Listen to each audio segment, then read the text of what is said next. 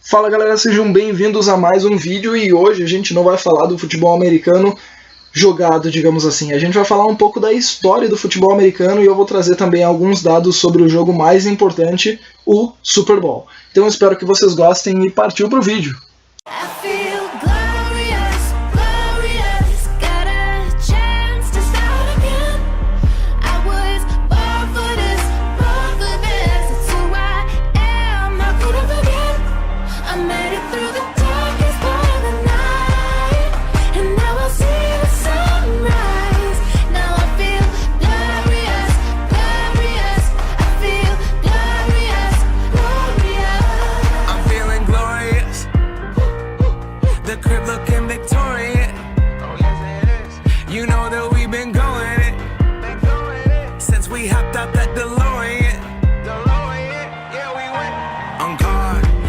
Just things, they don't make you who you are. Can't pack up all you haul and take it with you when you're gone. We posted on the porch, my family's glasses to the stars. My grandma smiling down on me like...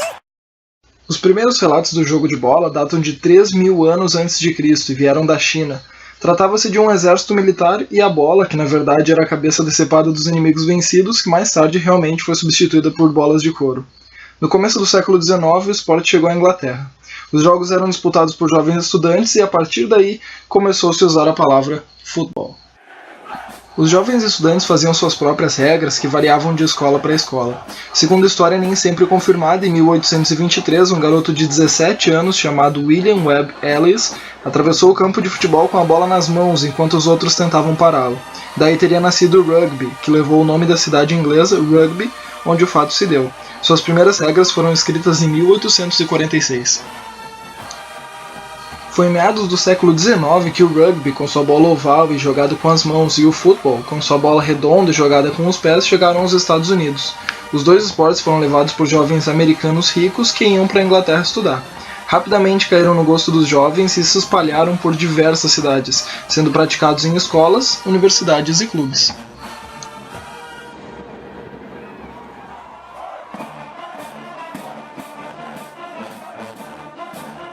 As primeiras regras para diferenciar o esporte do rugby foram escritas pelo atleta e jornalista Walter Camp em 1860.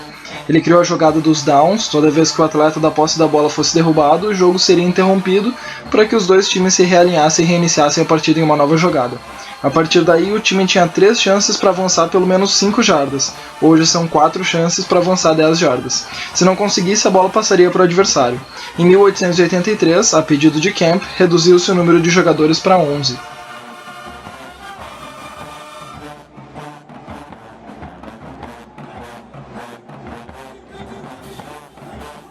Por sua característica de esporte de fortes contatos, o futebol americano levava seus praticantes a sofrerem lesões muitas vezes graves.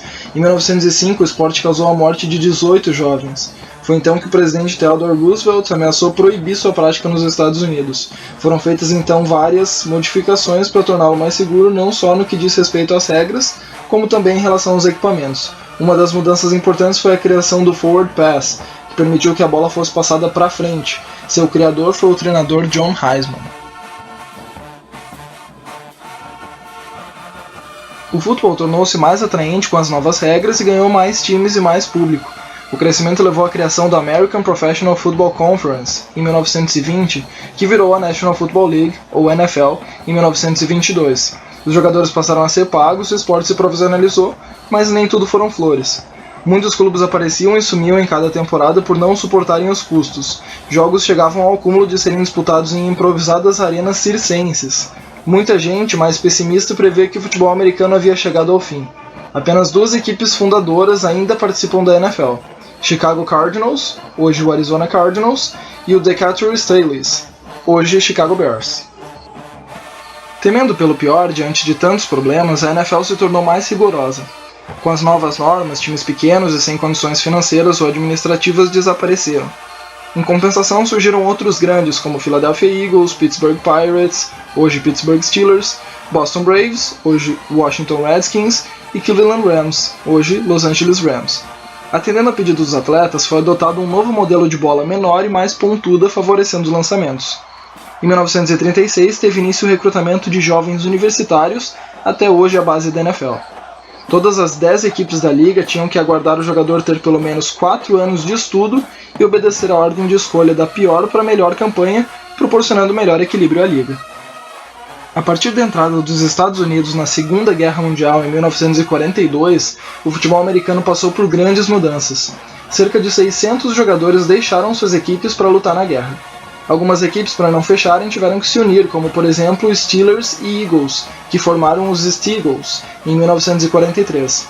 Em campo também houveram mudanças. Até então, os 11 jogadores ocupavam as funções de ataque e defesa. A partir de agora, os times poderiam fazer substituições ilimitadas, o que levou os jogadores a se especializarem somente em uma das funções. Em 1950, essa mudança tornou-se definitiva. No pós-guerra, o futebol americano começou a brigar muito de perto com o beisebol, até então o esporte favorito dos Estados Unidos.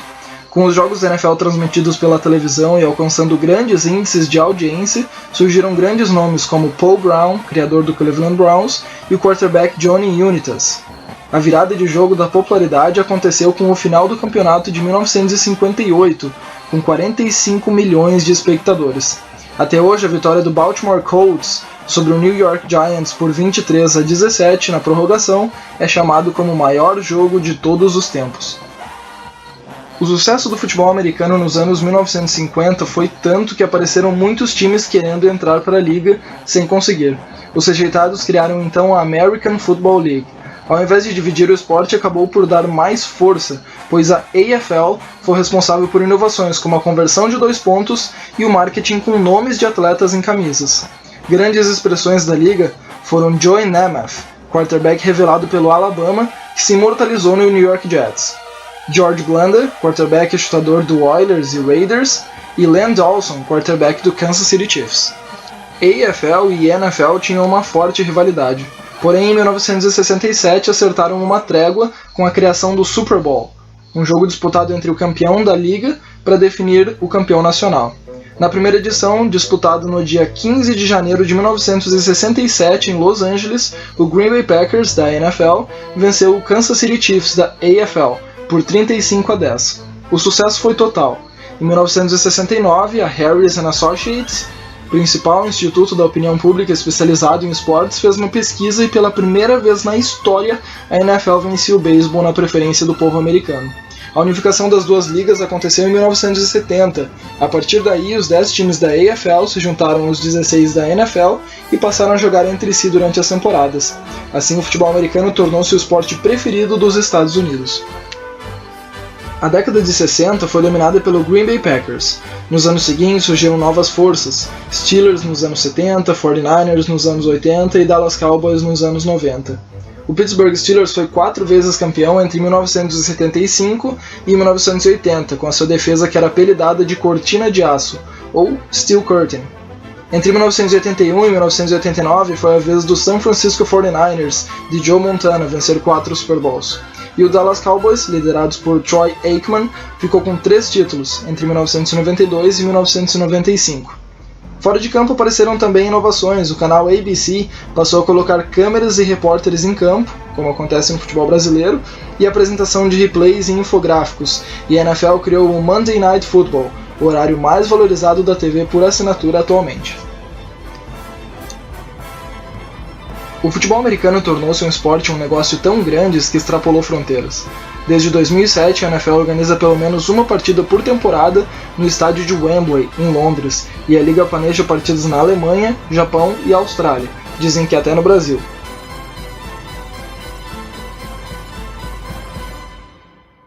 O Super Bowl tem hoje cerca de 200 milhões de espectadores no mundo todo, só perde em audiência para a final da UEFA Champions League. Seu espaço de publicidade é o mais caro do mundo e anunciantes chegam a pagar 3 milhões de dólares por inserção de anúncios. Para aumentar ainda mais a exposição e a audiência do Super Bowl, o evento foi transformado num verdadeiro show.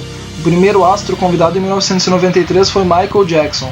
Depois dele já se apresentaram U2, Aerosmith, The Who, Bruce Springsteen e Prince, entre outros.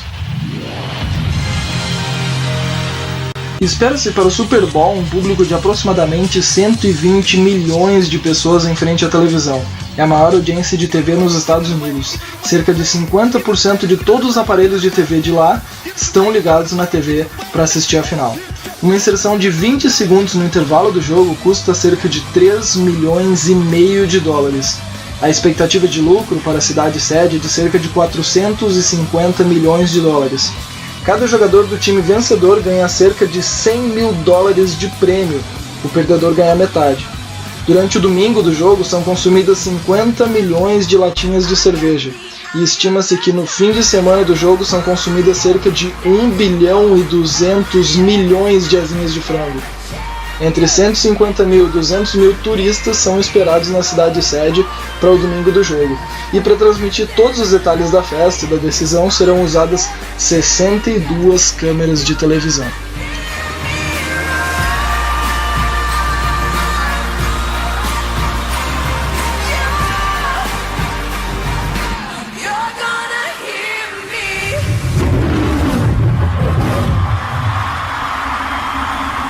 São várias as categorias de ingressos. Por cerca de 500 dólares é possível comprar ingresso para o chamado pré-jogo.